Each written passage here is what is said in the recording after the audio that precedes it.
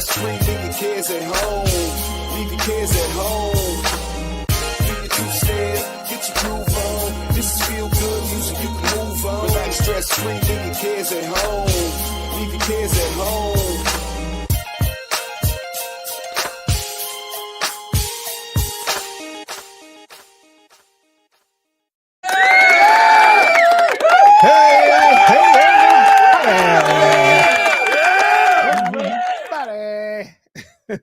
You know what time it is.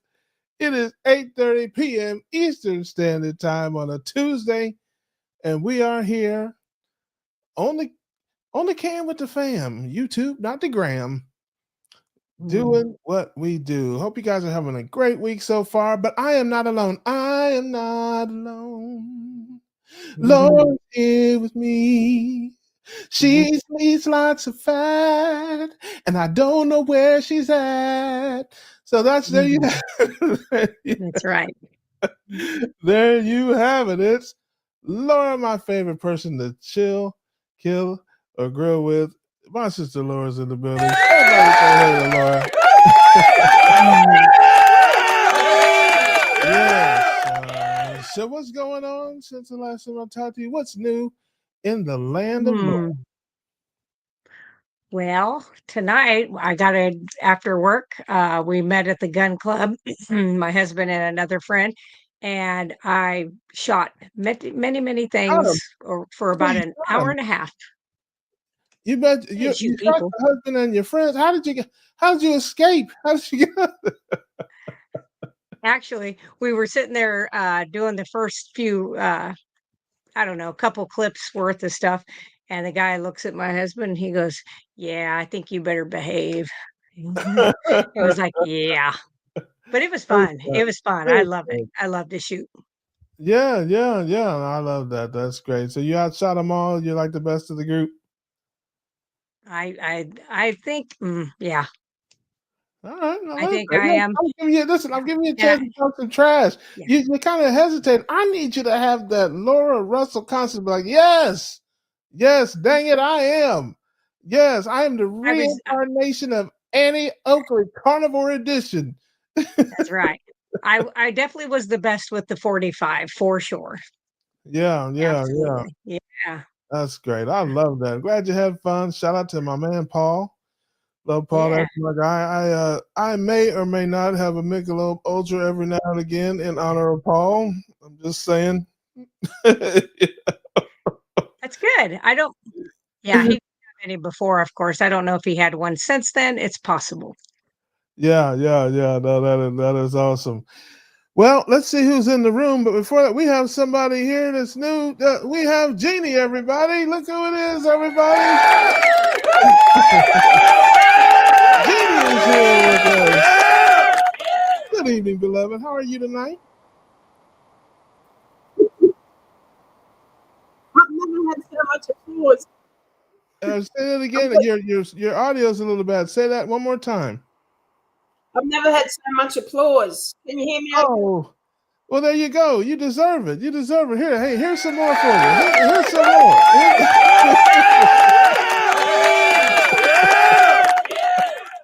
There you go. It seems like we have a little delay because if you're watching it, I think on the thing there might be a little delay there, but that's okay. We'll work with it. Okay, I'm echoing. Oh, it's all right. We'll work. We'll figure it out. We'll figure it out. If you don't have headphones or something like that, I think it may be delayed. But where are you from? I am from Comedy Australia. No, I'm from Brisbane, Australia. Okay, is the echo going? No, it's not an echo. I think it's a delay. So I'm not sure. It's better. Is it going now? Maybe. I don't know. It's fine. It's fine. Don't worry about it. We'll work with it. No. We can't be having that. No. It's all right. You're on the you are on the other side of the world after all. No, that's true. It's a long way, Russ. It's a long way. That's right. Actually, you're just an arm length away from me. I feel like I can reach out. No, that's right. Yeah, right. Yeah, I don't have a carnivore YouTube channel, but I just wanted to join in and yeah. I love it. Well, you're welcome here. That's what we do here. We're one big happy family. You can come in and hang out. Why don't you tell us a little bit? You may not be new to others, but you're new to me. I don't remember seeing you in the chat or things of that nature. Of course, I miss things all the time. But tell us about your story a little bit about your ketogenic journey, we shall say, or story. Yeah, I'm running tap 1-2 in the chat, by the way. Cool. Yeah, I haven't had as many severe health issues as some people. Okay. And That's good. I was never vegan or vegetarian, thank goodness. I've always eaten meat to a degree. So I was brought up on meat and veg, basically. And to cut a long story short, my venture into keto carnivore really began full on when a friend told me about oxalates. And I'd never heard of those things before. And then I did a dive into that and found that plants were actually trying to kill me. And I thought, you beauty, I don't have to love kale. Oh my God, such freedom. So I tried so hard to love kale chips. No. So and at times I used to think that eating a lot of meat was unfeminine and all these silly ideas, but I love meat. Only if you just eat it off the plate with no fork. That's not. I have. If you rip it off the bones with bare hands, that's not very feminine. But otherwise, if you do it proper, like with a knife and a fork, and that it's the pinky sticking out. Yeah, but I think, I still struggle, right? I am, high sugar carb addict. I'll admit it. You don't have a problem with kale chips. It's more the potato chips, I'm gonna guess. Yeah, exactly. Yes. I understand. I may or may not share that, with you. Yeah. But long story short, thank goodness I do love meat, and with the struggles with everything else, I know I'm doing better than I was, because I was, I had deep depression for a few years, and I was heavily into the alcohol as well. And I wish I had known about this back then, But kale chips will do that to you. I understand. Yeah, I think they made me depressed, Russ. You're right. Well, if you we'll take just hold on just a second, Jeannie. We're going to really depress you further. We're going to really depress you when we go through and see who's in the room tonight. This is very depressing. Let's see. Lizzie, oh man, gloom, despair, and agony, oh me, deep dark depression, excessive misery. That's right. Let's see. I'm just kidding. Everybody knows I love Lizzie because I'm scared of her. We discussed that last week. But Lizzie is here. She says, "Yay, cookout night! Wonderful to see you here, beloved." Terry Sue says, "Yay!" Everybody just says, "Yay!" Bruce is here, my man. Good to see you, brother. Quack quack heart attack is in the building. Hide your waterfowl and your reptiles. 12 says, "G'day." That's me. Oh, that's you. Gotcha. Let's see. You tricked me there. Let's see here. So it's been good to see Nicole back online. Yeah, I got a notification of something. I think Nicole rants. Shout out to Nick. We love Nick. Let's see here. Cranky, my main man, says greetings from Tucson, Arizona. Glad to see you. Always. Let's see here. He says, "I shall be consuming some chuck roast for a bit." Well, we shall wish you the best of luck with that. Sounds yummy and delicious. I made a leg of lamb. Man, I need to start putting pictures. I need to get some pictures of this stuff and put it on. Although it'd probably take me a half an hour to figure out how to show it. Let's see what else we have in here. Sandy is here. Good evening, beloved. She says, "Good evening." Oh, love that. Angel Dust Senior, we in here, gang. Cheers from Oregon. We are in the building. We are here. Granny Boo, too, says hi, Sandy. And I think she's just wants to say hi to Sandy and not everybody else. I understand that. Uh, not a problem. Good to see you, Granny Boo. Always glad you're here, beloved. Kitchen Witch says present, but not accounted for. Now, I don't know what that's about, but we are so glad to see the Kitchen Witch with us. Good to see you, beloved. Glad you're here. Karen Harrington, hello, my dear. Very nice to see you. See here, says hi, all the beloveds. That's right. Yeah, George Good Enough is here. You are good enough, George. You are good enough. Love that. So did we get everybody? Let's see who else. Angel Dust says Laura is awesome. She is indeed. I concur. I second that motion. No, slow. So just came from watching Jim Brewer's live stream to watch our carnivore committee. I love Jim Brewer. I love him. I have been like watching tons of him. I love that. I love that. I love that. Let's see here. That's right. Kale chips drive you to drink. Yes, they do. Probably, yes. Yes. Yes, they do. Rick says all the usual suspects. That's right. Feral Grandma is here. Hello, good to see you. Kitchen Witch says, why did I assume Cranky was from UK? I have no idea, my beloved, other than the fact that he says he's from Tucson, Arizona every week for about the last 123 weeks. Tucson, Arizona is not in the UK. Everybody knows it's in France. So it's in America. Listen, I'm not that dumb. Okay, go ahead. All the jokes there. Feral Grandma, hello there. BK says, hi, Russ. Hi, all. Good to see you. Glad you are here. And I think I made it through all the comments as of now. Okay, so back to Jeannie sharing her story with us here and how that. I don't remember where we left off, except I remember you were telling us that you didn't really have a lot of health problems. You were never vegetarian or vegan. That you had an addiction to kale chips, but you overcame that. And you started in the keto carnivore. Now, why did you start it? What was if you didn't have health problems, what made you look for it, search for it, or were you even searching for it? No, I wasn't. My brother did keto, but I didn't really take too much notice. But when a friend of mine started talking about oxalates, and that really intrigued me, I thought, what's this about? Because I used to think veggies were healthy, and but the fear about fat and red meat never put me off meat. Thank goodness I didn't really go there. Mm-hmm.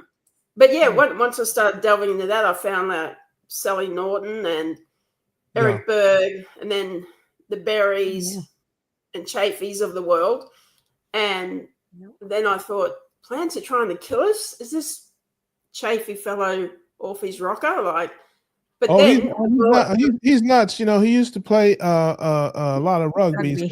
So, he's a little. Well, yeah, true. He's yeah, concussion. That's my guy.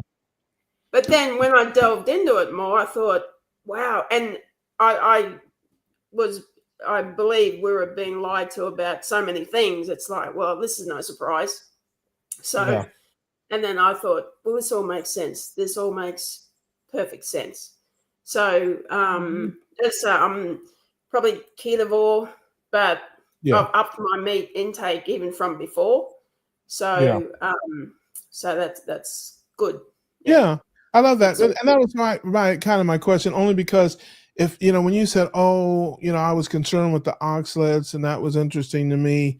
Well, pasta doesn't have a lot of oxalates, I don't believe, and, things like that. So that's to go from, I don't like kale and spinach to I'm just going to eat primarily meat and a few vegetables and get off of all that. That seemed kind of like a far leap to me. So maybe I didn't ask my question the best, because does that make sense?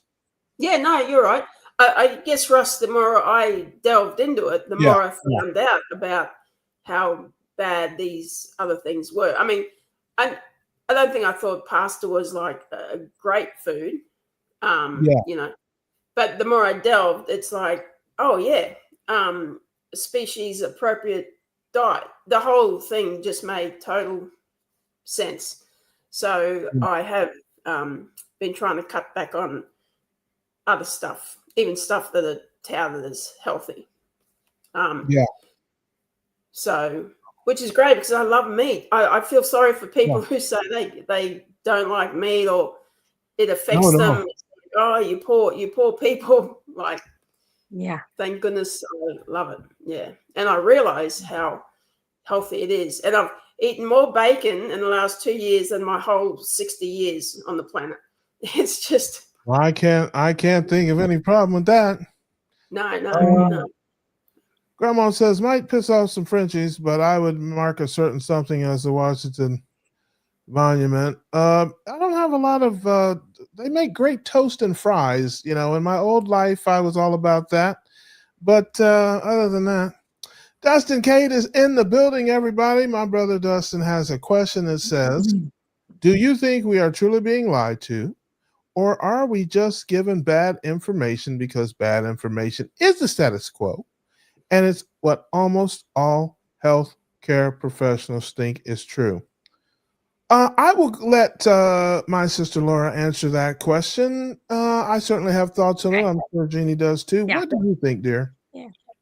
So when I was reading all those old journals in 1991, from 1850 to 1910, they absolutely knew everything that we talk about that we think is like nuance and saturated fats and whatever. They talked about it. They talked about carbohydrates. They talked about all these things in there. So they absolutely knew it. When we get FOIA requests to see some of these old studies that were done that were never released, and you see that they absolutely knew 100% what was going to come from this. You will find letters that say, if we do this to the American public, we will have more diabetics than we know what to do with. That seems pretty compelling that they knew exactly what they were doing. Now, do I think that every single doctor goes out there and goes to that medical school and buys into 100% of it? I'd say some of them are just, that's what they hear, they reverberate it, they regurgitate it back onto their people. My problem comes in, you've been a physician for 5-10 years and you continue to see people get sicker following your model of medicine. Where is your medical curiosity? Why aren't you continuing to dig? I didn't get done with nursing school and I never looked at anything again. I didn't go, you have to go out and read studies. You have to do that. So I think that there's very little that is accidental in what has happened in the entire world, really. So that's just my opinion. I'll take my tinfoil hat off now. There you go. It's just well put as always. What do you think, Jeannie? What are your thoughts on that subject? I get sick and tired of this tinfoil hat reference and conspiracy theorists. We are truth seekers. Get over it, people. Not you, Laura. I mean, the people who are calling us. It just makes me so, No, I totally agree with Laura. The people in charge, and I mean the people who are really in charge, they know, of course. Schwab. Yeah, well, even above him, they absolutely know, of course. There's a total agenda, which I won't get into, but yeah, for sure they know. And I think a lot of the medical profession, they're either on board with it for money, okay, or they're lazy, or they actually are believing the hype. But as Laura eloquently put it, look at the state of people. How in the world can you argue that all this stuff is actually healthy when you look at people? It's can you not use your eyes and see? So I think it's a big mix, but certainly the people high up. And as Laura said, there's plenty of evidence out there. People just don't want to look, or they don't listen. It frustrates me. Like, I've just retired, but friends at work during lunches, I'd start telling them stuff and they just laugh at me like, well, what do you know, Jenny? You know, and I you know, I just sit there and think, okay, laugh Trust at me. the experts. Don't believe me. Yeah, that's right. Yeah. Like one of them, unhealthy fella, lovely guy, but his doctor mentioned cholesterol, and Jeannie goes off on her rant, and he just sort of he just does it as a dig now to get me riled up. And it's like, okay, don't listen to me. But the truth is out there, as Mulder and Scully used to say. The truth is out there, you know. So Yes, it is. Well, outstanding question, Dustin. As always, very thoughtful. That Dustin is a thinking man's carnivore. I will answer this question. Yes and yes. I think two things can be true at the same time. There is a segment of the medical and pharma and agriculture organizations, groups, that big machine that knows exactly what's going on. They plan it, they plot it, they scheme it. These food companies, these pharmaceutical companies, they have more doctors on staff than most hospitals. They have they have tall buildings full of scientists and full of doctors who study this stuff. They know exactly what it's doing to us, and that's why they come out with the drugs to fix everything, because they know exactly what's wrong and they know what they need to fix to the extent that they can. Obviously, there's some things they haven't been able to manufacture to fix us, quote, fix us or medicate us. But yeah, to the extent that they can, they do. It is at the highest levels. It is absolutely, positively a huge chess game that many of us are pawns in. Not the least of which is the rank and file medical professionals. And it's a machine. You have big agriculture, big pharma, big medicine. They lobby the government. And they lobby the Food and Drug Administration. It's a revolving door of pharmaceutical executives and big agriculture executives, and they control the policies that are set forth for food from the government, the food pyramid, and all this stuff. And it's just a big cabal. And so, yeah, they educate the doctors in the hospitals. They pay for all the studies that come out. And on another note, just as a side note, I had last time I saw Dr. Berry, shout out Dr. Berry, we had a conversation, and I said this to him, and he agreed with me. We always hear, well, there's no studies on carnivore diet. There's no studies on it. There are studies. There have been many studies. They will never see the light of day because the big manufacturers, the big food companies, they know what the studies say. And they're not going to come out with a study that says sugar, that Frosted Flakes ain't great. They're not going to come out with a study that says Snickers doesn't satisfy and Trix ain't magically delicious. They're not going to do it. They're not. It's bad for business for everybody. It's bad for business for Kellogg's and General Mills, and that it's bad business for pharmaceuticals. It's bad business for the doctors. But your average person on the front lines has no idea. They know what they're taught in school. They know what they're taught in their trainings, and they just do what they're told to do. Not the least of which, they have jobs. They have student loans. They have families.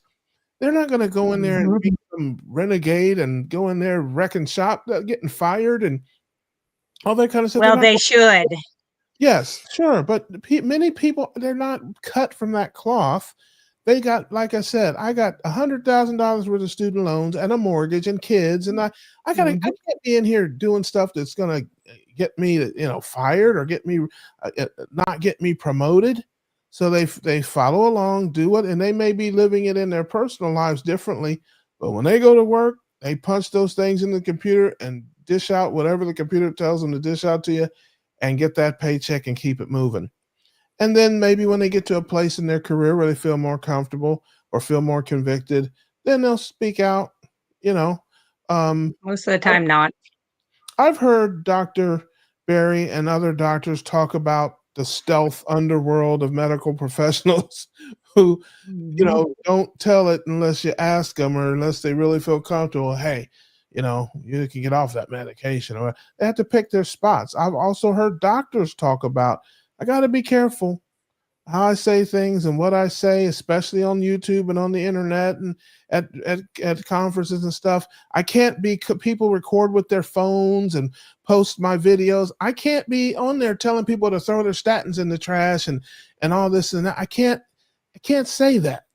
I If have they to work for a hospital association, that is true. Yes. If they're a doctor out on their own, then yes, then they don't have to That's what I'm follow that. talking But yeah, about. you're right. About the establishment, people like that are stuck in those healthcare systems where, listen, you're going to, like any job, we have rules, regulations, guidelines. If you don't want to keep the rules and the guidelines, well, find somewhere else to work. I mean, that's what they're going to tell you. So that's my That's answer. what I did. So that's my answer to the question there, Dustin, in my opinion. Both. We are being lied to by some, and we're being given bad information by folks that were trained. Both. All of the above. Sherry Sue says getting off overly processed foods is key. That's exactly right. Fair Grandma says bacon. Yes, you gotta love that. Dave, good to see you. Says hello, little Russ. See one of my friends today. Hello, Jenny. The man called me Little Russ. No joke there. Let's see here. Terry Sue says, I don't even like bacon anymore, unfortunately. Sticking to beef mostly. Now, that's very interesting you would say that, my dear, because I go through phases of that myself. I really have gotten away from bacon, not because I don't like it, but because it doesn't really sustain me very well, and it's kind of expensive, relatively speaking, to things that do sustain me, like ground beef or whatever. I mean, bacon is more expensive than ground beef. Bacon's more expensive than, I'll tell you what, I've talked about it a few times. I've been doing it a little while now, but everything I buy pretty much is on sale. If I eat whatever's on sale. And ironically, I just bought a ton of bacon, fully cooked, thick cut bacon, because it was marked down 50%, buy one, get one free. And I bought everything they had in there. It was. And it keeps, it's fully, it's cooked already. It keeps, it's great to travel with and snack on and all that kind of stuff. But I've been buying for a little while now the Steak-umm frozen, really super thin cut steak. In my former life, I would have made cheesesteak sandwiches with it, but now it cooks very quickly. I mean, it cooks like in 3 or 4 minutes, and I scramble my eggs in with it and kind of make a steak and eggs thing like that. And it's just much more filling and sustaining than bacon and eggs or any other kind of ham and eggs or any of that. So that's why I stopped eating bacon. Even though before that, I did have runs, and this is just me. I just get tired of things after a while. I just, I get to a point, I don't care what it is. My days are numbered. Yeah, listen, I don't care what it is. Because I only cook a couple times a week. I make enough for 3 or 4 days. And by that 3rd or 4th day, listen, I look down and there's a ribeye, whatever. I'm like, listen, if I'm so glad this is the last bit of ribeye, because if I had to eat ribeye tomorrow, I'm throwing somebody out a window. I mean, it's just what it is. That's me. Some people can eat the same thing forevermore. I can't do it. I got to switch up, so I have like a rotation, because I just can't do it. Having ranted on about that, Jeannie, what do you think about bacon? What do you think about eating the same thing every day? And maybe something that you don't really like that other people would say, you're nuts.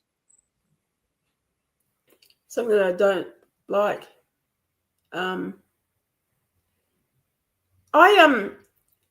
Like I said, I've eaten more bacon in the last couple of years because it wasn't one of my go-tos, funnily enough.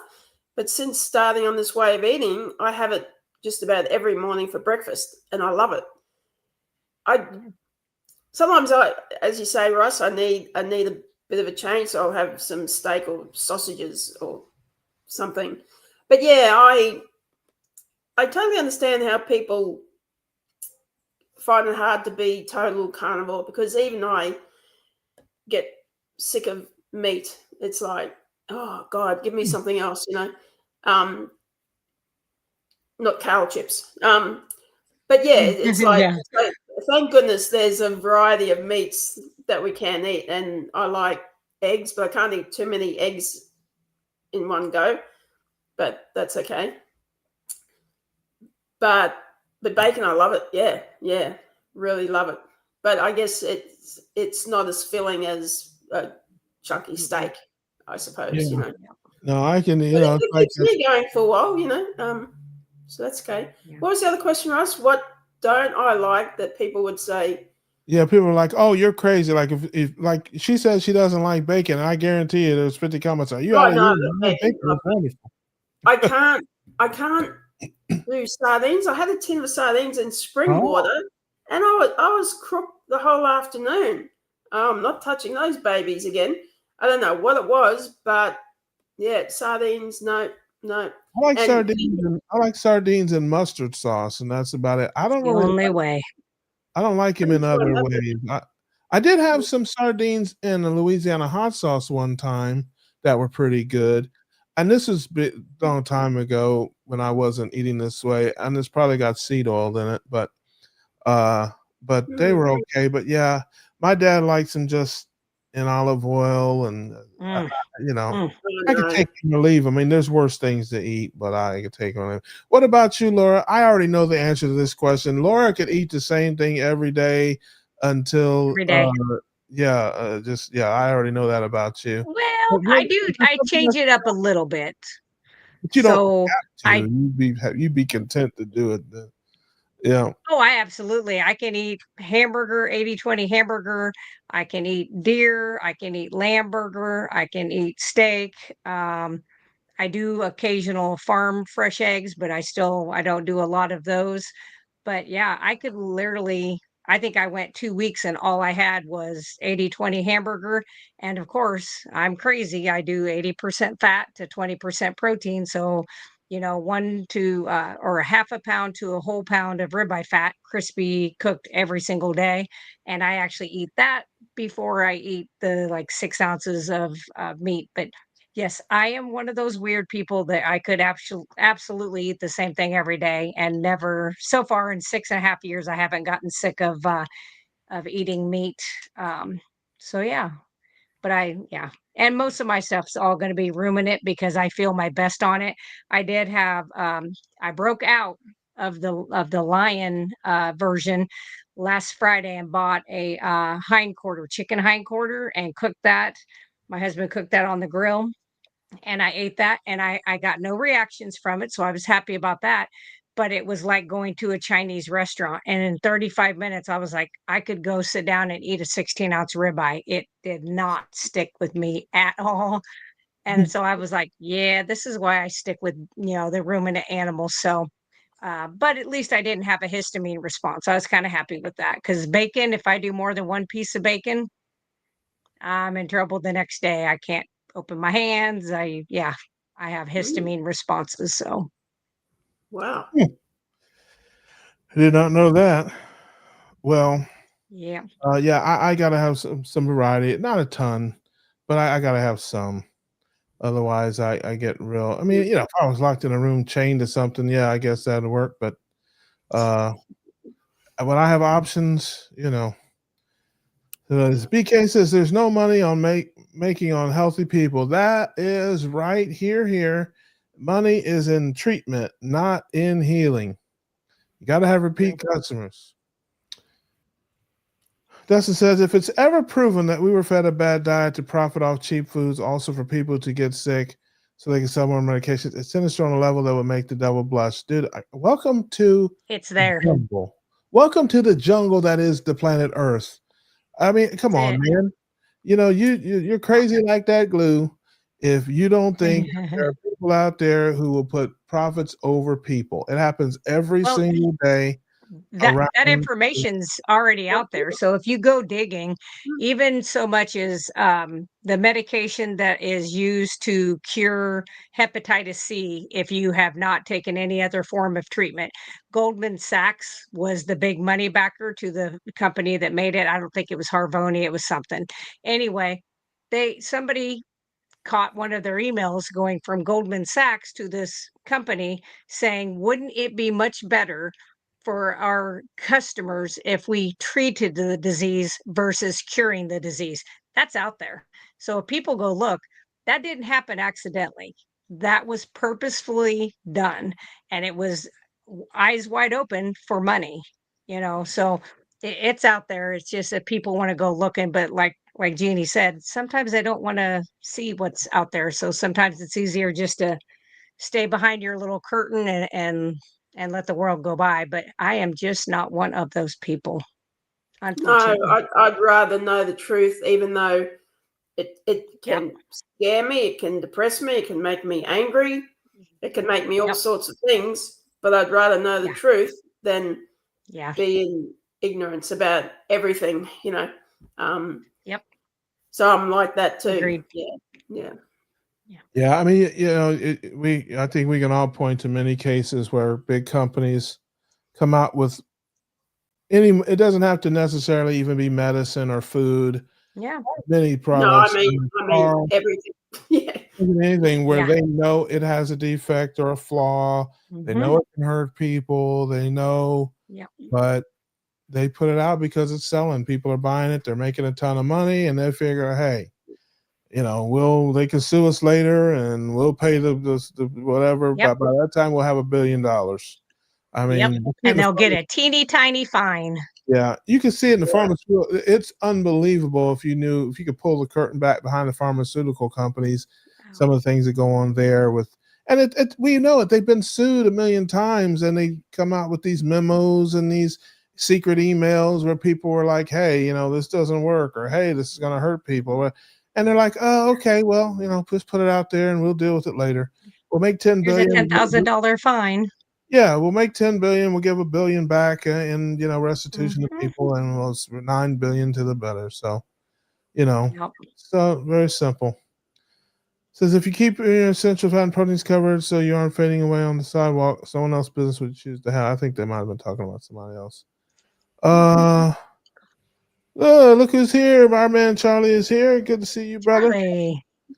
Hey, Russ. Glad you're here, brother. Good to see you. Let's see here. Gemma says, good evening, Russ and panel. I've been doing chores and listening. Gotta love Russ. Amen to what he is saying. Thank you, beloved. I appreciate that. I get it right every once in a while. It says more studies are shelved than are ever released. That's exactly right. So you're making our argument really is they know. Yep. They've done the studies. They do.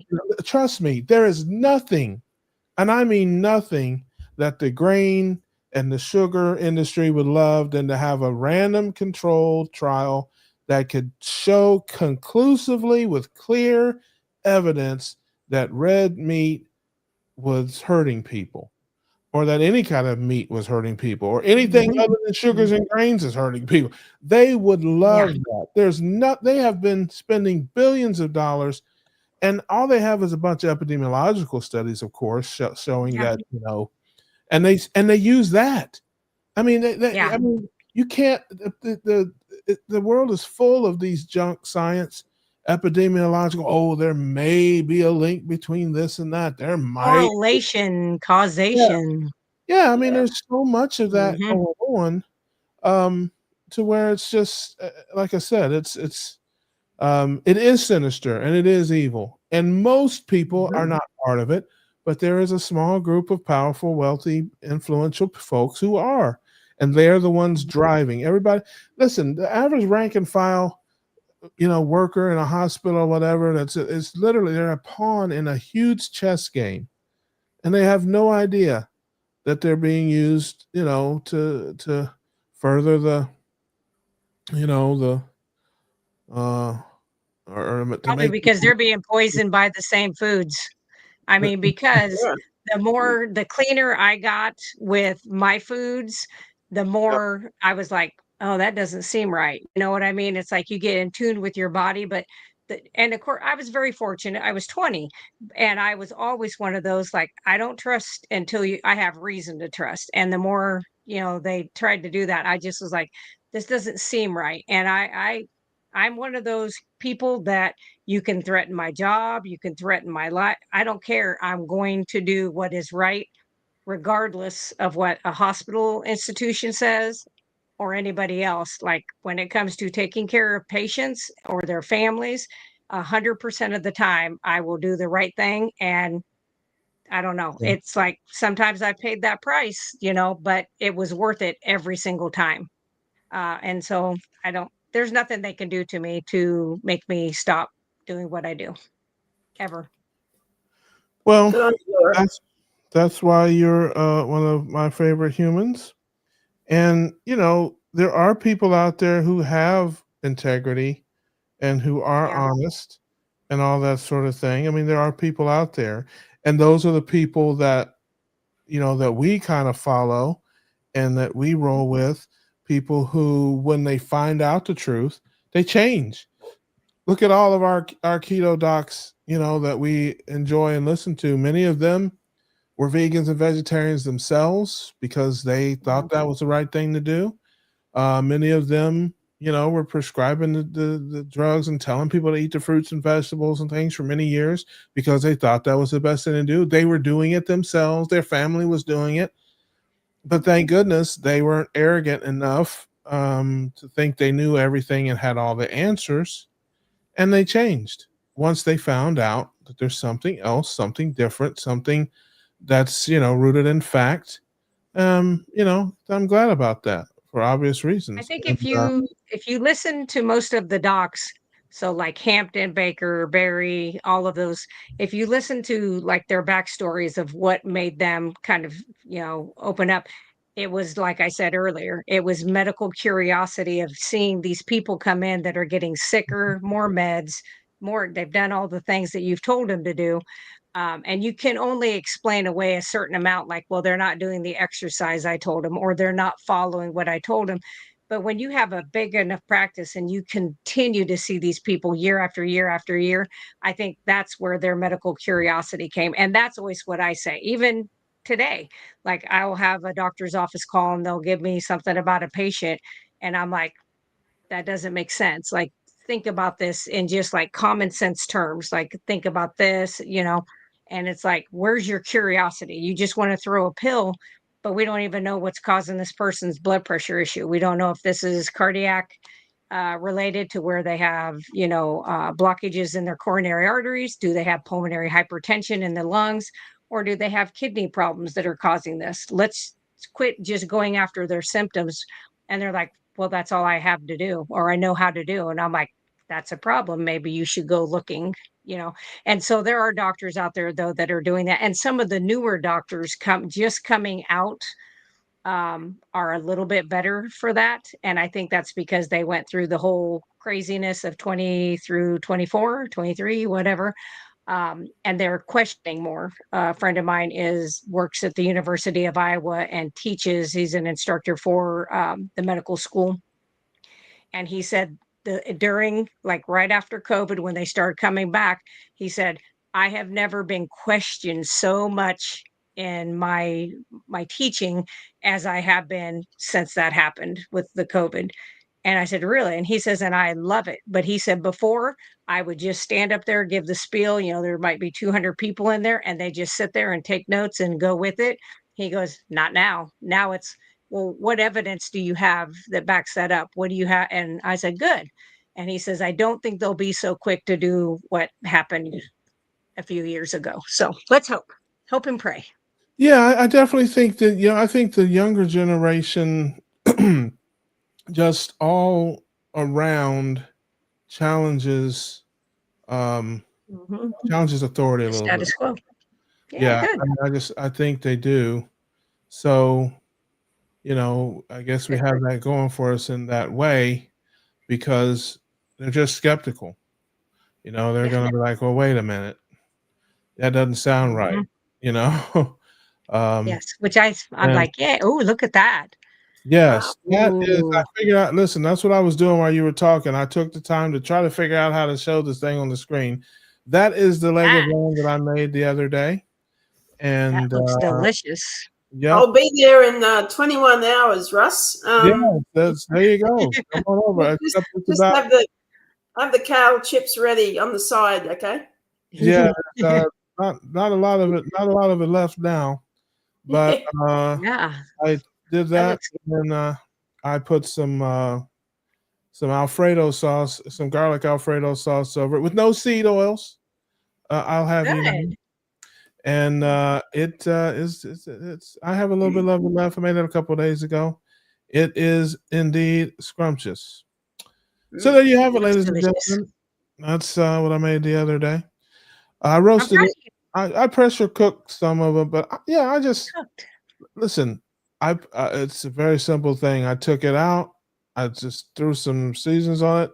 I put it into my oven thing there, and I baked it at 350 for an hour and a half, and it came out like that. And yeah, so there you have it, ladies and gentlemen. Let's see here. Dustin, thank you, brother. Appreciate that. He says, "Lucky Charms Mm. are magically delicious, Russ. It's tricks for kids." Hey, I got my cereals messed up, man. I didn't eat none of that stuff anyway, man. I was much more of a Frosted Flakes kind of kid. So yeah, didn't eat a lot of that stuff when I was coming up. It was Frosted Flakes. As I said, the problem, the foods are delicious, not filling at all. Yeah, listen, they're engineered to be. He said, that's right. Silly rabbit tricks are for kids. When we say tricks, it's actually rabbit food. Yeah, there you go. I And love dog food. that. He said, I said Twix was rabbit food. Oh, Lord. Like Keto Carnivore Fight Club. What rules we don't talk about it. Hey, I talk about it. I'm preaching all the time. Laura, I started the Knox blocks for my IBS. Great tip. I don't know what Yay. that is. Is that something that you make at Russell Brands? I don't. No, it's something that everybody can make if they can get box gelatin, like the Knox gelatin that's in the orange and white box.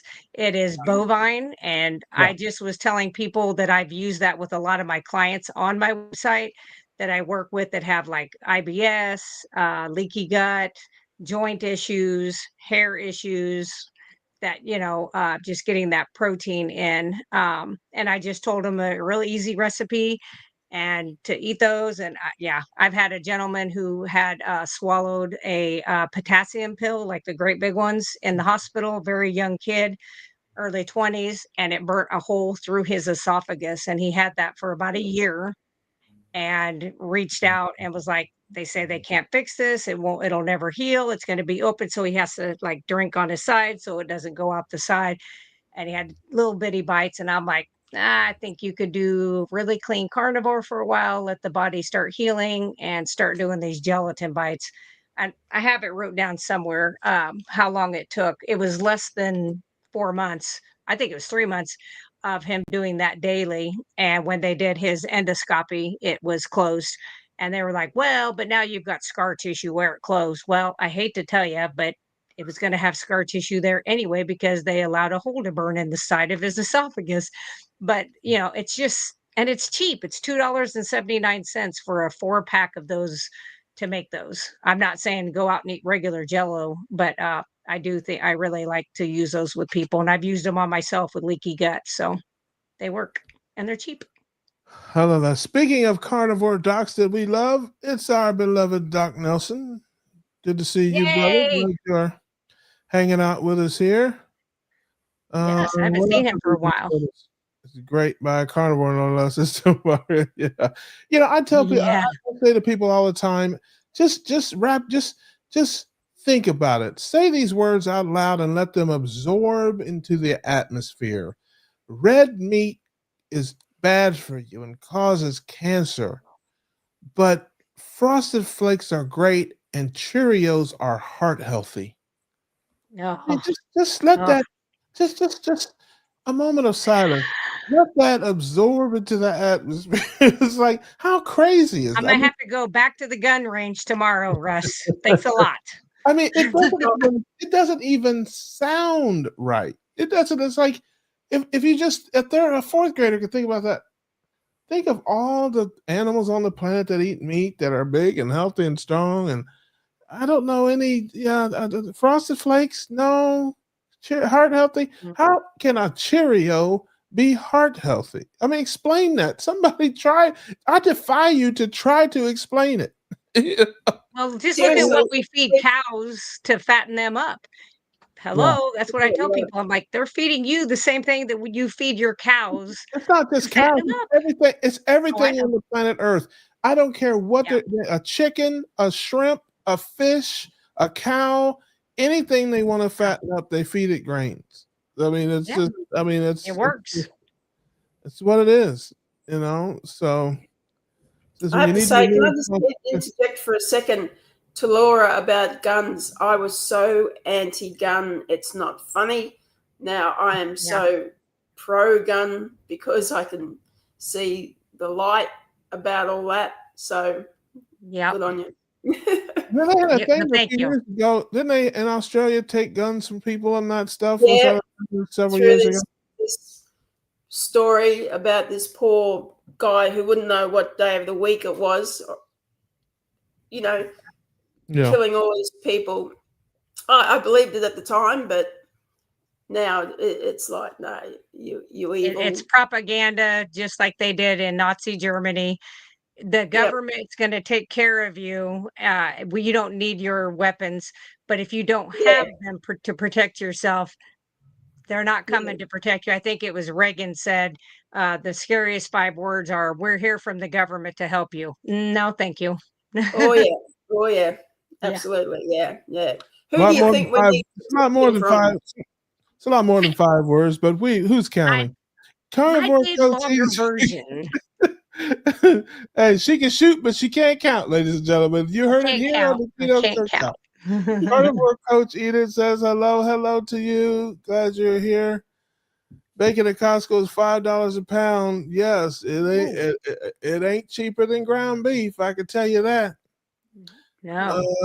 Let's see here. And again, I don't have any problem with bacon. I just, if I look at price per gutful, ground beef comes out ahead. If it's like Does. I got to get a gutful of something. And listen, there are times, especially at Brazilian steakhouses, where money is no consideration. But other times, yeah, I'm like, well, I can get a pound of bacon for $5, or I can get a pound of ground beef for less than that, and the ground beef just sticks with me more. But when but Me I do too. get it when they have sales and stuff. I have started buying the pre-cooked bacon when it's on sale. But other than that, and I said, Bill, bacon doesn't fill you up unless you eat a ton, and it's more yes, and it doesn't stick with me. That's the thing. If I eat bacon and eggs, I'm telling you, I'll be hungry in a few hours. It doesn't matter how many eggs I can get full. It doesn't. But if I eat steak and eggs, or ground beef and eggs, or oxtails and eggs, or anything like that, I'm good. I mean, it really, sticks with me. It's just it just hits. It hits different. It says I keep family packs of steakums in the freezer too. Yeah, that's my new go-to. That replaced bacon and stuff for me. I got a bunch of it in there. Whenever it's on sale, man, I just grab as many as I can get. And there's so many different things you can do with it. I'm gonna make a carnivore kind of gumbo goofy soup thing. I'm gonna get some There you steaks and fry them up, and get some ground beef. I think I'm gonna get some shrimp and maybe figure something out, maybe some sausage or something, and some like cream, and make like some maybe Cajun seasonings, and make like a creamy Cajun-y, soupy, stewy kind of thing. Hey, Kind listen, of a gumbo. I will throw anything in a pot. And I don't care. It looks like vomit, but if it tastes good, I will eat it. I am not particular about the look and the presentation. I mean, I showed that leg of lamb, and yeah, I have to say I'm kind of proud of that. I You mean, did good. for me, that's outstanding. Okay. Most of the That stuff was good. that I cook looks like somebody ate it already. Okay, but I'm telling you, it's good. It's ugly. Yeah. I defy you to say this is not good. Yeah, you'll be asking for more. Give me more of that vomit looking thing, whatever that is. Give me some more. So yeah, but the presentation and the look of it, I could care. Yeah. Man, how does it taste? That's what I care about, the flavor. And speaking of, Yeah. man, look at this. We got 2 down under people. Dave shows up and at the end of the show, as is typical his fashion, he's the closer. He comes in and like the old left. Hey guys, how you doing? Strike out the final Good. few. Good. Yeah, Read I've a just few got a few comments. minutes, but I thought, come on, you want to talk about conspiracies and the things they tell us Yes. are bad for us. How about Hold CO2? on a second, Dave. Hold on a second, Dave. A few things here. Bruce says he likes steakums. He mixes it with cheese. Beverly says, I respect and admire you, Laura, greatly for your fearlessness. You're speaking the truth when it isn't easy. When so many others in your position continue to hurt others to save their own booties. Yes, I It'll agree. be easy in the end. I appreciate her too. And so I respect and admire her for coming on here and lowering her standards and coming on with me every other week because I need somebody to lean on. Let's see here. Josephine says, nearly missed the live. Hello there. Good to see you. Dustin says, I'll throw in some onions with him sometimes. Yeah, listen, I don't do too much of that, but yes, I'm not against that. I'm, you know me, eat what you like. Stay away from certain things, other stuff. Bacon butter is like candy treat. I like bacon. I don't eat as much butter as other people, but I'm not against it. I don't fry very much. Now that I have the steakums and I make the steakums and eggs, I really fry the eggs in the steakum grease. So I don't really need butter for that. Let's see here. It says I switch species, cooking cuts for variety. Yeah, we were talking about eating variety. Bruce says there's a restaurant near College Station famous for chicken fried bacon. Huh. That's interesting. That is Heard interesting. of that. Lizzie says I did eggs and shrimp breakfast the last 3 days because of a sale, but tomorrow back to my slaughterhouse for $6 pound beef. I don't mind the price. It's local farmers. Yeah. You know, that's a good idea. Price. You know, I might throw some shrimp in there with the steakums and scramble some eggs up in that and hit it with some Cajun seasonings. I'm on Cajun seasoning right now. I put that on everything. Came across some that I really like, so there you go. Josephine says she tried adding a few veg back, but getting achy. Just bacon and eggs, feeling good. Yes, I hear you. Sardines and mustard sauce with Tabasco, scrambled in with eggs, and right out of the can is how I enjoy them. My man, cranky. With Tabasco, I can do without. Fire in the hole. But yeah, I like a little bit of kick, but It sounds like you'd be running backwards the next day to keep your ass cool. Yeah. I don't like heat. I like zing, a little zing. I use some mild Texas Pete hot sauce here and there, but Terry Sue says the kids being raised carnivore today have such a huge advantage by not having taste buds tainted by what we were raised on. Yes, I wish my parents had a few more steaks and a few more less cakes in my life. Sarah Longburn says every Thursday is sardine day. Hello there, Sarah. Didn't see you snuck in here. Dustin says I really like steakums with eggs. Yes, I do that very, very regularly. I love that. That's good. And I wish I'd known about that before. And I think, let me see here.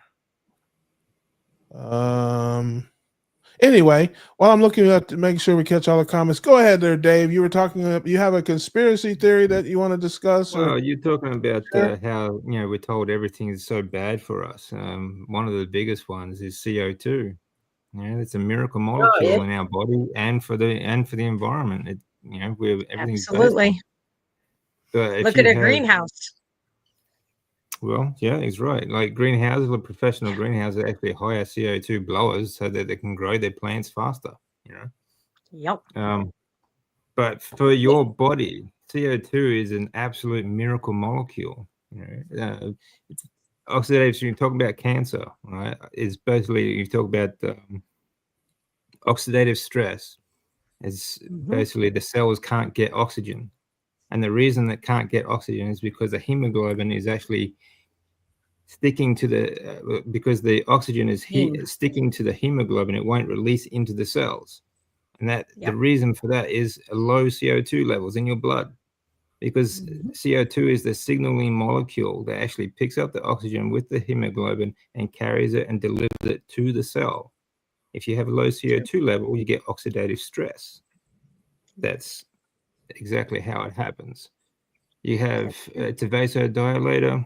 If you have trouble waking up in the mornings, if you're a mouth breather when you sleep, for example, it'll actually restrict your blood vessels by a factor of 3 if you are mouth breathing while you're sleeping.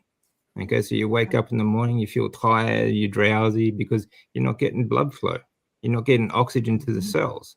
You're getting oxidative stress in your cells. Okay.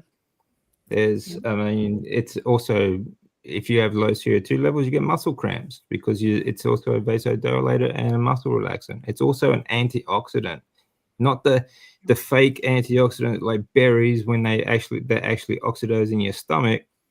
CO2 in your blood is an antioxidant for your body. Okay, without it, you couldn't function, you couldn't breathe, you couldn't do anything.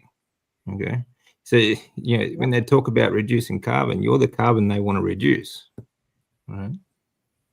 I mean, anything they push so much or threaten you with, or it's like people need to wake up by now that it's a psyop. It's fake. Oh yeah.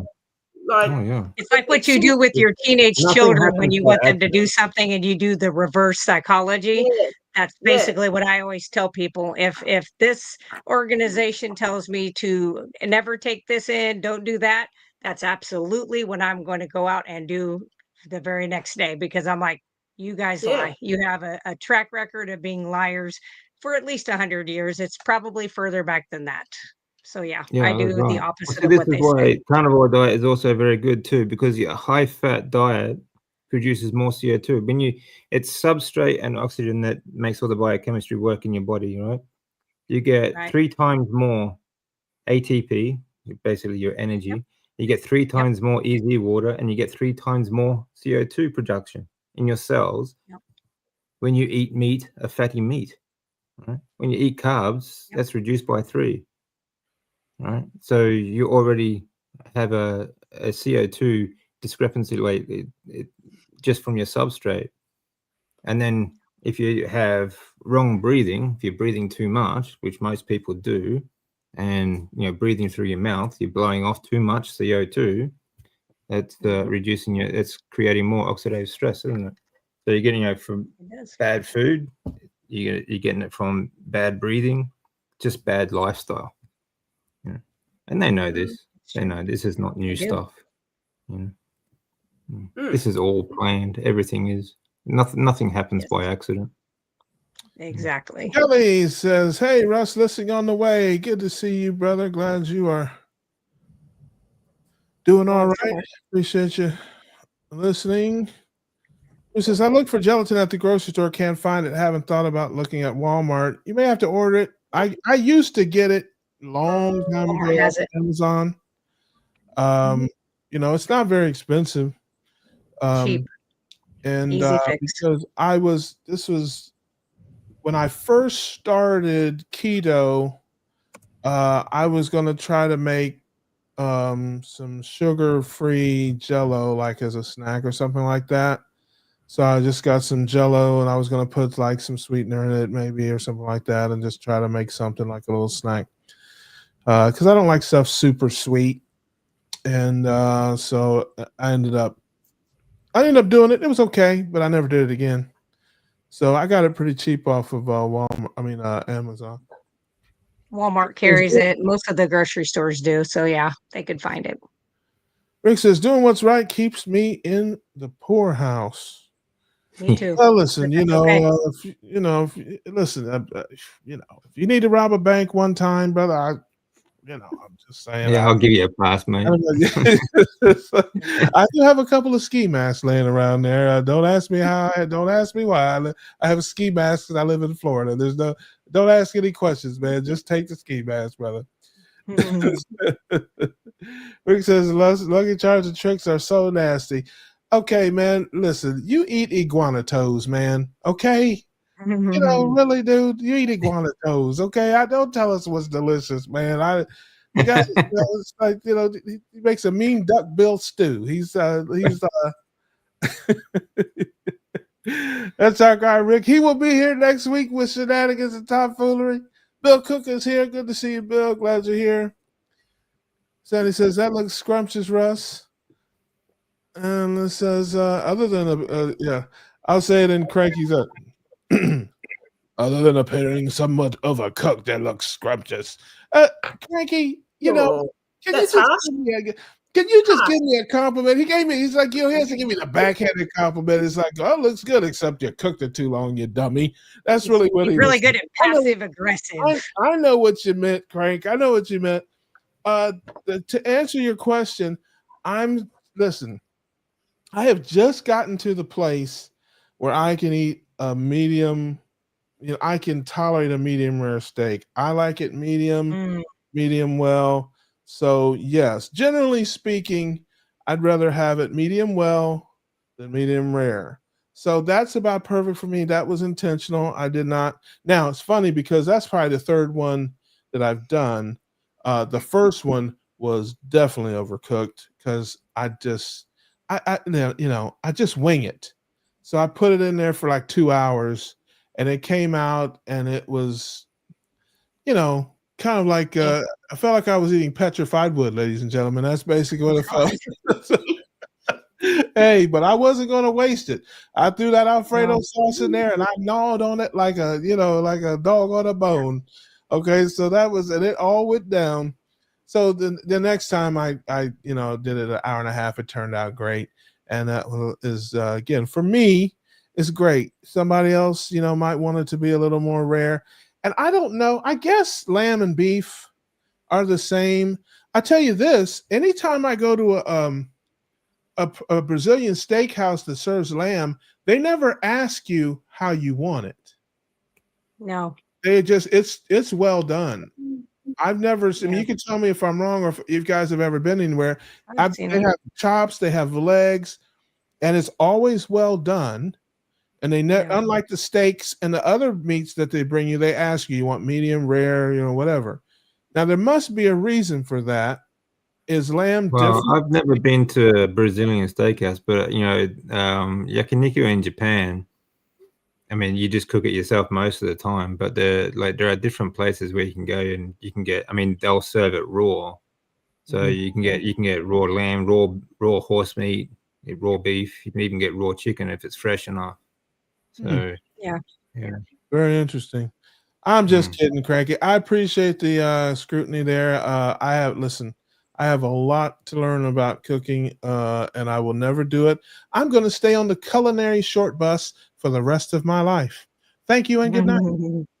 What I like doing is I cook it the night before and I'll refrigerate it. Like if it's going to be rare, because I do quite like it rare, but I don't like it hot when it's rare. The fat, I don't like the texture so much. So I'll actually leave it I'll cook it very rare, put it in the fridge, and then just slice it really thin the next day and eat it that way, cold. The cold texture is actually really nice, just like having a roast. Yep, it's very good. Doc Nelson says the nutrition is in the middle of the Cheerio. That's right, just like the donut, ladies and gentlemen. It's same concept. You probably get more nutrition eating the pop. Yeah, eating the box is probably just as much fiber and maybe more nutrition as the I've told cereal. patients that before when they're like, they point at their Cheerio box and they're like, I eat that. It's heart healthy. And I'm like, they get to put that on the box. Nobody gives them that title. They get to put whatever they want on there. And I'm like, just eat the box. Or like, if you're going to eat that, just go to the sugar bowl and enjoy your Absolutely sugar because disgusting. that's what it I mean, is. Yeah, think about it, like back in the 60s and 70s here in Australia, they outlawed raw milk because they thought, Yeah. you know, it was giving people gut infections and making them sick and all that sort of stuff. So now it's still illegal, but you know, Coca-Cola, that's healthy. Yeah, You know, it's Yeah. fine. all That's these all right. so-called sports drinks like, you know, Monster energy drinks and Sure. you know, and all the rest of it, and Red Bull and all this other crap. That's all fine. Yes. You're showing like the last 5 years they closed gyms and you know, kept McDonald's open because they were worried about your health. Yeah. And Walmart, but they closed And the mom Walmart and and pop all the rest of shops. it. Yeah. Yeah. Yeah. So you know And they're that was, really concerned about your health, and the fact that no one Yeah. can see this, or yeah. very few people seem to be able Some, to open to this reality. It's just nuts. yeah. You know. Well, and that's kind of like during the whole COVID stuff, working as an RN at a hospital, and they were just pushing that. And first, they started out like, we'll give you $100 gift cards to McDonald's or another restaurant in this little town, like 34,000 people in the town. That didn't work. And then it was like, well, we'll do this, we'll give you that. Well, and it was just like, and then it got more of, you're going to take this or else. Well, that doesn't work with me. Like the more you tell me I have to do something, the more I'm like, ain't gonna happen. But Yeah. I just thought, boy, how come more people at the time I couldn't understand why didn't more people that were down there see that for what it really was? And then you know, I made them walk me out. And the day they're walking me out, the lady asked me, she was like, I can't believe you're willing to give up a job. And I said, I can't believe you think that I'm for sale or that I'm going to take something that might potentially harm me. It may not, it may, but you don't have the right to tell me I have to do it. My body, my choice for anything else. And then she offered me a fake vaccine card and informed me most of the doctors here have those. And I said, oh, I'm very sure, but I'm not a liar. I'm not taking a card. But I just am like, you know, and so a lot of those people who stood up and was like, oh, you're crazy, they didn't take it either. They just were given fake cards, you know, and so they got to hide behind that. So unfortunate, but hopefully I'll never work through that again. See, that's If the it thing. happens again, I am None retiring. of this had to happen, right? This wouldn't have lasted No. 2 weeks if everyone just said no. It wouldn't have Yep. happened. It would not have lasted. Probably wouldn't have even lasted that long. 2 weeks. And Yep. 2 weeks to flatten the curve is Yep. right. You know, if everyone just said Yeah. no. Yep. Yeah. I'd like 2 Yeah. weeks to flatten something. But people Yeah. are still, and I'm not violent. But people are still buying into this. They're still doing it. They're still. Yeah, I see it just, sometimes here. Like some of the older people here, some older people around me around here, they still wear masks. You know, yeah. Yeah. I saw the someone. fear runs And deep. I get phone calls where I work and it's a county health department and we get phone calls every day. When's the next booster? When's the next booster? It's number 8. When do I get? And I'm like, okay, Are you what are kidding you me? boosting? No. And I'm like, you've had all of these. You've had COVID 6 times. What are we boosting if the first thing didn't work? We're not They're what like boosting don't COVID. you get it? Yeah, and I refuse. I will never. I've never given one a vaccine. I'm never going to give one. I've always told the people I work for, I go out and do home health in people's homes, you know, after surgery, keep them home, whatever.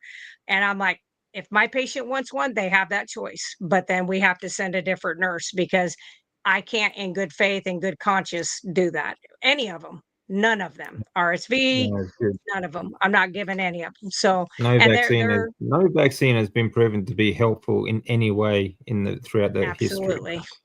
absolutely, that And is I mean, true.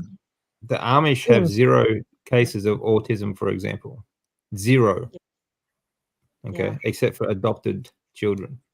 You know, Right. And there's a few uh, factions of them, like your Mennonites, that some of them do vaccinate. Like in our area, we have one autistic child, but it's in a Mennonite, which means they split off of the regular Amish and they do things a little bit differently. They can have electricity, stuff like that.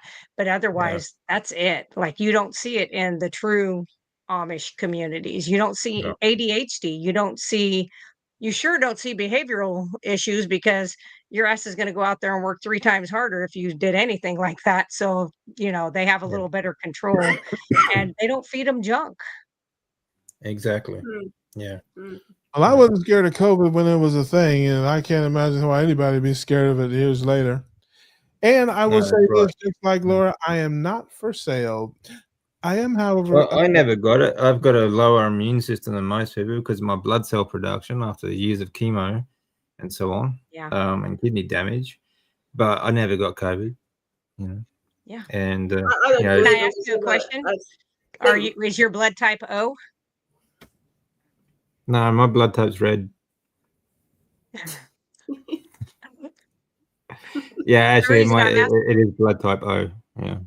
Okay, so the reason I asked that is because pretty much the first 8 months prior to any vaccine being out, I worked at a COVID unit, and next to the COVID unit was like the regular nursing home side.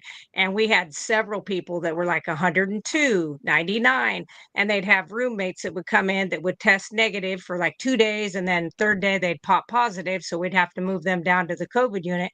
And we kept figuring out, like, wait a minute, Helen's 102. She's had 7 roommates. How did she not get it? And then we had another gentleman that had the same thing. He had 9 roommates and he never got it.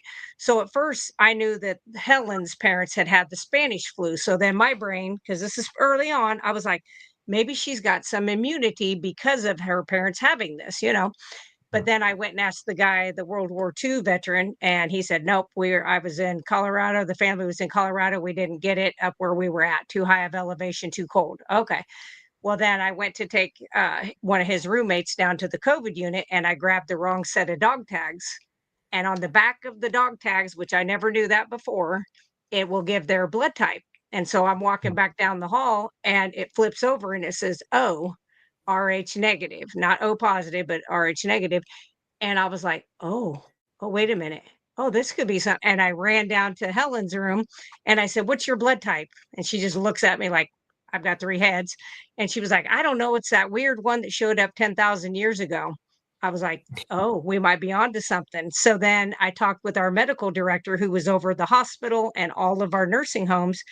And he said, I think there is something to that. He goes, I've been seeing that. So he kept a compilation of all these places, all the typos, O positives, O RH negatives, and he put it all together, beautiful little spreadsheet. Had a friend who worked for the CDC at the time that he went to medical school with and was a roommate with.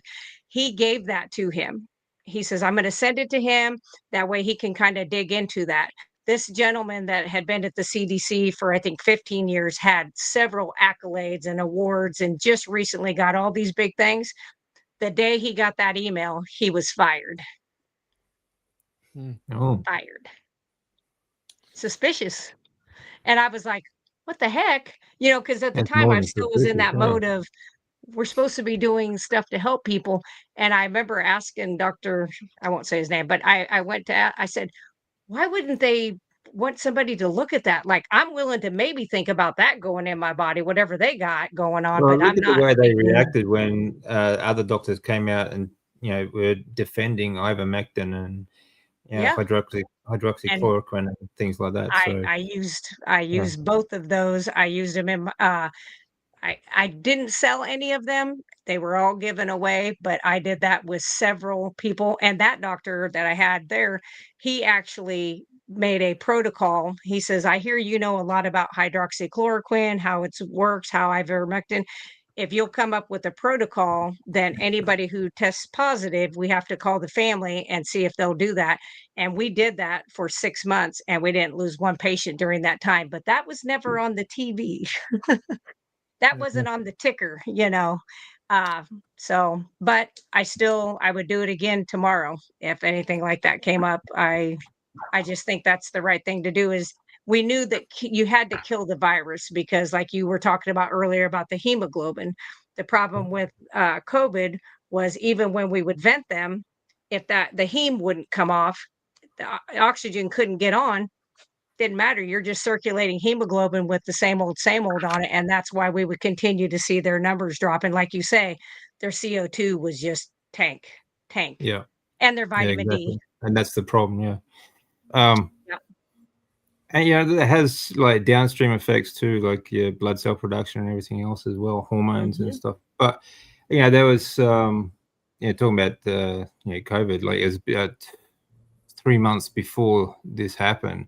Another drug that was banned in Australia was Panadine Forte. It had like, it was almost like 40% codeine, and they banned it because they said that codeine was addictive, right, for druggers and so on. But when I was diagnosed, when I was going through treatments and stuff like that, they gave me these as painkillers. And when I got infections, like if I got a cold or a flu, that I took those painkillers instead of the antivirals that they gave me. But that codeine would knock out a cold or flu in me in just days.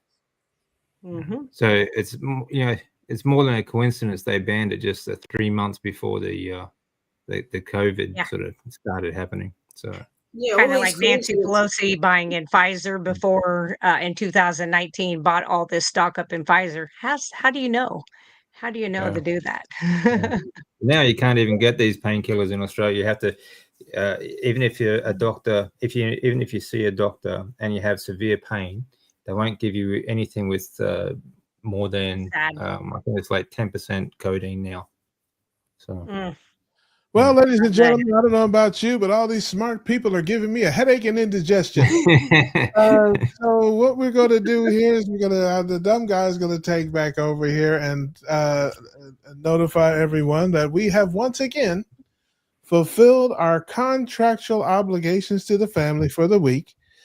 We are going to bid you all adieu. I'm sorry if I missed your comments or questions, but we'll be here next week. Tuesday night. To rename this the Conspiracy Cookout. Right. This has been the tinfoil edition, and I apologize to everyone that learned something tonight. I'm so sorry about that. But what can you do? You have smart people on the show, you learn things. That's just how it goes. But I want to thank you guys, obviously, on the panel. Thank you so much, Jeannie and Dave and Laura, for joining me. And everybody out in the chat, thank you so much for hanging out with us on a Tuesday. Until next week, I need you to keep your carbs low, your proteins and fats high, and we will see you on the next one. Thanks, Russ. See you, everybody.